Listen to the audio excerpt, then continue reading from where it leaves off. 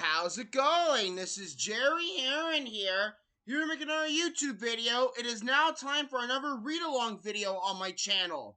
I'm reading you all a story, and this is a book that I loved reading as a kid. I read it all the time growing up as a kid. I borrowed it from my local library all the time, and it's one of my favorite books. And on the count of three, I'm going to show you. 1, 2, 3. It is Horton Hears a Who by Dr. Seuss. This is a classic children's book and classic Dr. Seuss book. I love Horton Hears a Who, and I love Dr. Seuss books. They're like my favorite books ever. Do you all love Dr. Seuss? Do all you kids love Dr. Seuss? I'm sure you do, and I grew up with Dr. Seuss. I know a lot of people my age grew up with Dr. Seuss, and my parents grew up with Dr. Seuss. He made so many classic books, and this is one of his best. Horton Hears a Who. And it's a classic. Here's the front, side, and the back. Alright, let's not waste any time. Let's begin the story with Horton Hears a Who by Dr. Seuss. Here we go. You can follow, all you kids can follow along with me along with me. Here, and join me in. You're going to join me in this book. Here is the end sheet of there's Horton. And here is the inside title. Let's begin.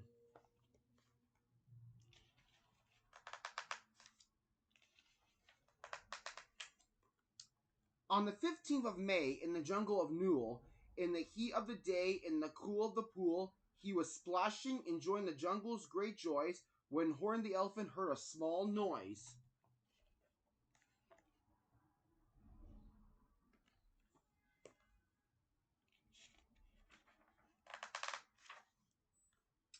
So Horton stopped splashing. He looked toward the sound. That's funny, thought Horton. There's no one around. Then he heard it again, just a very faint yelp, as if some tiny person were calling for help. I'll help you, said Horton, but who are you? Where? He looked and he looked. He could see nothing there but a small speck of dust blowing past through the air.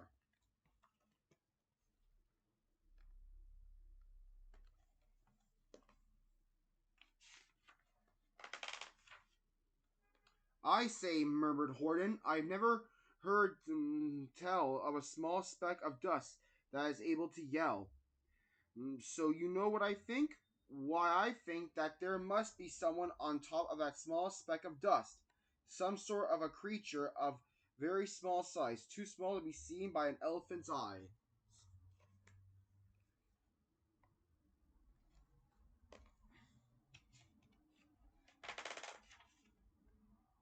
Some poor little person who's shaking with fear that he'll blow in the pool. He has no way to steer. I'll just have to save him, because after all, a person's a person, no matter how small.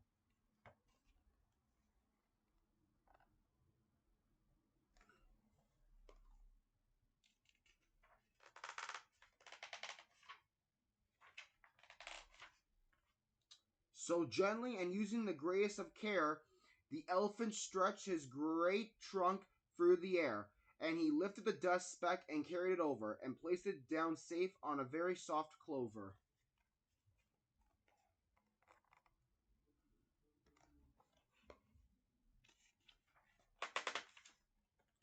Humph, hummed a voice. 'Twas a sour kangaroo, and the young kangaroo in her pouch said, "Humph," too. Why, that speck is as small as the head of a pin. A person on that. Why, there never has been.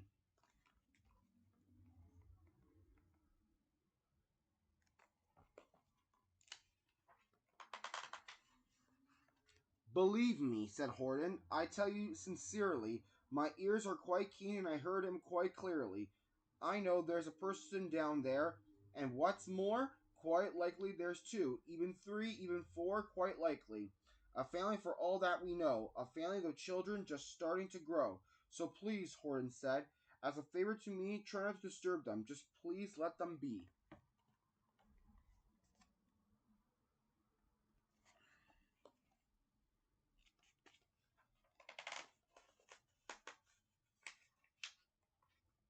I think you're a fool, laughed the sour kangaroo, and the young kangaroo in her pouch said, Me too.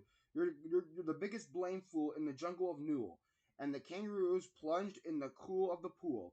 What terrible splashing! The elephant frowned. I can't let my very small persons get drowned. I've got to protect them. I'm bigger than they. So that he plucked up the clover and hustled away.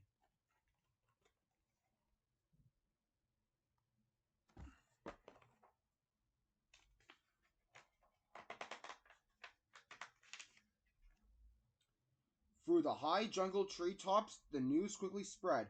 He talks to a dust speck. He's out of his head. Just look at them walk with that speck on that flower. And Horton walked worrying almost an hour. Should I put this speck down? Horton fought with alarm. If I do, these small persons may come to great harm. I can't put it down, and I won't. After all, a person's a person, no matter how small.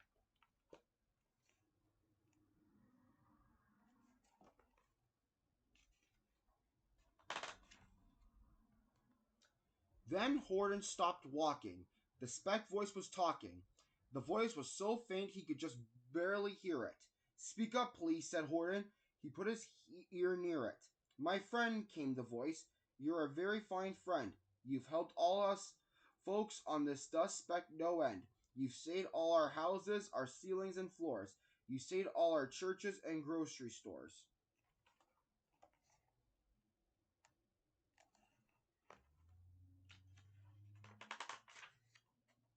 You mean, Horton gasped, you have buildings there too? Oh, yes, piped the voice. We most certainly do. I know, called the voice. I'm too small to be seen, but I'm mayor of a town that is friendly and clean. Our buildings to you would seem terribly small, but to us we aren't big. They are wonderfully tall. My town is called Whoville, for I am a Who, and we Whos are all thankful and grateful to you. And Horn called back to the mayor of the town. You're safe now. Don't worry. I won't let you down.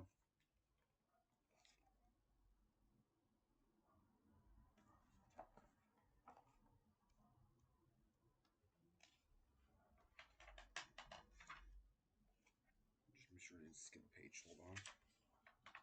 No, I didn't. Okay. But just as he spoke to the mayor of the speck, three big jungle monkeys climbed up Horton's neck. The Wickersham brothers came shouting, What rot! This elephant's talking to. Who's who are not? There aren't any who's, and they don't have a mayor. And we're going to stop all this nonsense. So there.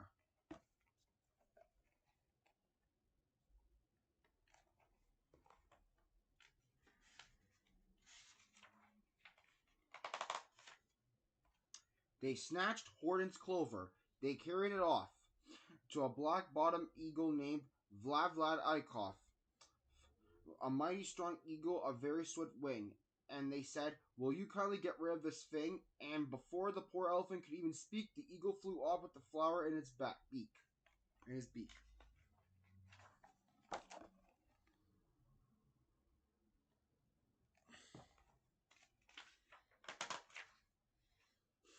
All that late afternoon and far into the night, that black-bottomed bird flapped his wings in fast flight, while Horton chased after with groans over stones that tattered his toe nails and battered his bones, and begged, Please don't harm all my little folks who have as much right to live as us bigger folks do.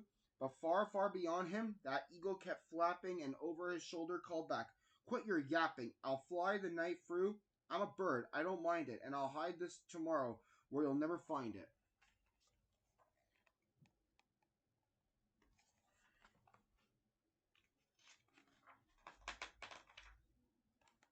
And at 6:56 the next morning, he did it. It sure was a terrible place that he hid it. He let that small clover drop somewhere inside of a great patch of clovers 100 miles wide. Find that, sneered the bird, but I think you will fail, and he left with a flip of his black-bottomed tail.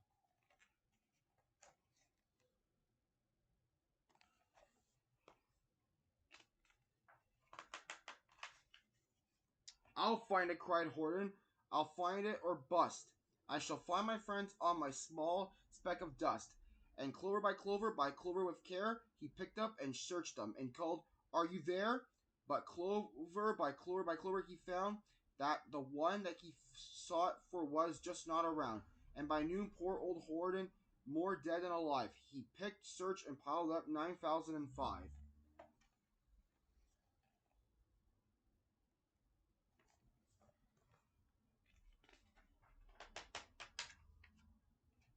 Then on through the afternoon, hour after hour, till he found them at last. On the 3 millionth flower, my friends, cried the elephant, tell me, do tell, are you safe? Are you sound? Are you whole? Are you well?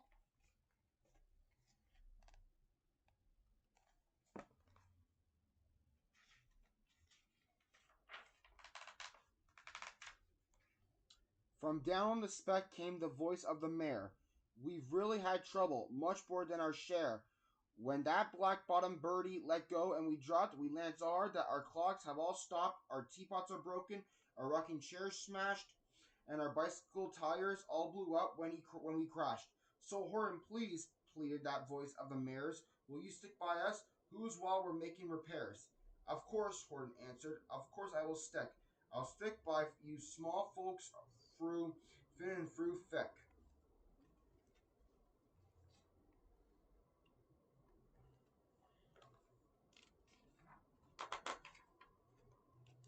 Humph, humph, a voice. For almost 2 days you've run wild and insisted on chatting with persons who've never existed. Such carrions on in our peaceable jungle, we've had quite enough of your bellowing bungle.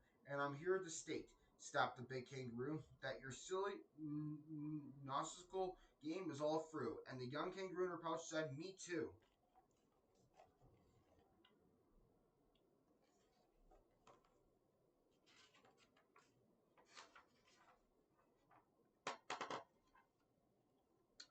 With the help of the Wickersham brothers and dozens of Wickersham uncles and Wickersham cousins and Wickersham in-laws whose help I've engaged, you're going to be roped and you're going to be caged. And as for your dust speck, ha, that we shall boil in a hot steaming kettle of bezel nut oil. Boil it, gasped Horton. Oh, that you can't do. It's all full of persons. They'll prove it to you.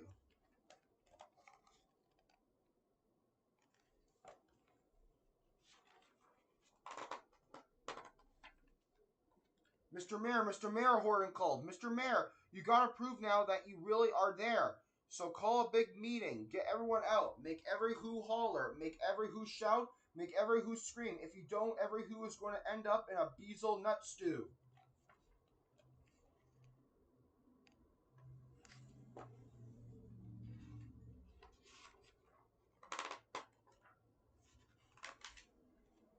And down on the dust speck, the scared little mayor quick called a big meeting in Whoville town square, and his people cried loudly. They cried out in fear. We are here, we are here, we are here, we are here.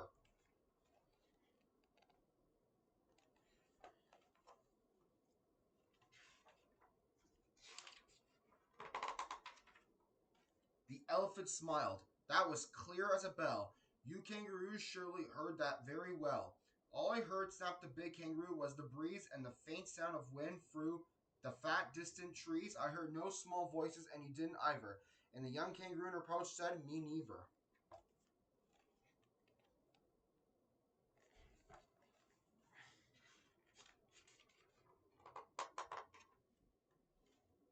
Grab him, they shouted, and cage the big dope. Lasso his stomach with 10 miles of rope. Tie the knots tight so he'll never shake loose. Then dunk that dumb speck in the bezel nut juice. Horton fought back with great vigor and vim, but the Wickersham gang was too many for him. They beat him, they muled him, they stirred to haul him into his cage, but he managed to call to the mayor, don't give up, I believe in you all. A person's a person no matter how small, and you very small persons will not have to die. If you make yourselves hard, so come on now and try.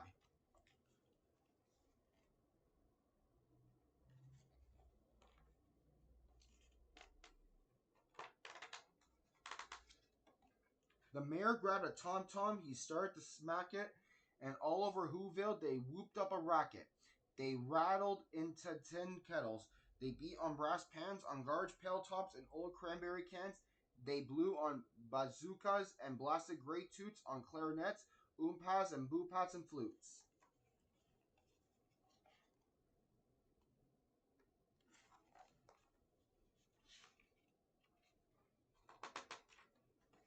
Great gusts of loud racket rang high through the air. They rattled and shook the whole sky, and the mayor called up through the howling and mad hullabaloo. Hey Horton, how's this? Is our sound coming through? And Horton called back, I can hear you just fine. But the kangaroo's ears aren't as strong quite as mine. They don't hear a thing. Are you sure all your boys are doing their best? Are they all making noise? Are you sure every who down in Whoville is working? Quick, look through your town. Is there anyone shrinking?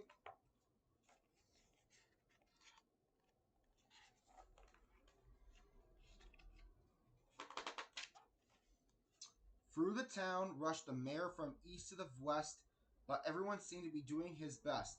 Everyone seemed to be yapping or yipping. Everyone seemed to be beeping or bipping. But it wasn't enough. All this ruckus and roar, he had to find someone to help him make more. He raced through each building. He searched floor to floor.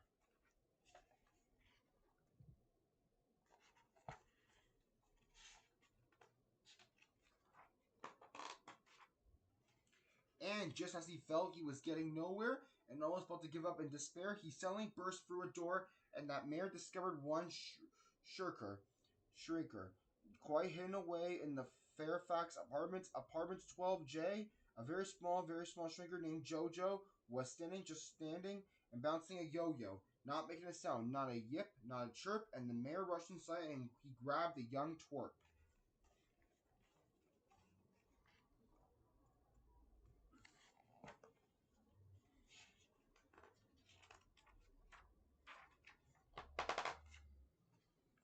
And he climbed with the lad up the Eiffelberg Tower. This, cried the mayor, is your town's darkest hour.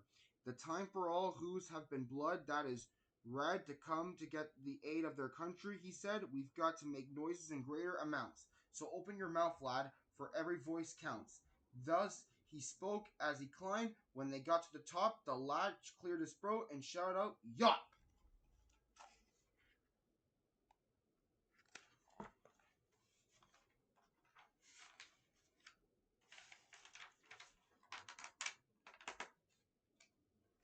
And that yelp, that one small extra yelp, put it over. Finally, at last, from that speck on that clover, their voices were heard. They rang out clear and clean, and the elephant smiled. Do you see what I mean? They've proved they are persons no matter how small, and their whole world was saved by the smallest of all. How true, yes, how true. And the big kangaroo, and from now on, you know what I'm planning to do. From now on, I'm going to protect them with you, and the young kangaroo in her pouch said.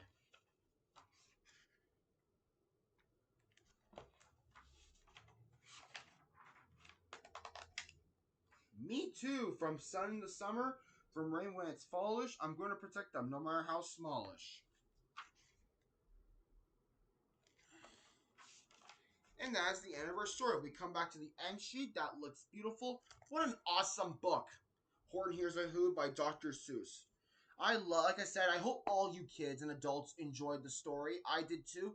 I love Dr. Seuss. I've grown up with it, and I'm sure all you enjoyed the book. I'm sure all you did. Horton Hears Who is definitely a classic Dr. Seuss book. I love all the Dr. Seuss books. I'm sure all of you do too. That's going to do it for this read along. See you in my next video. This is Jerry Heron signing off.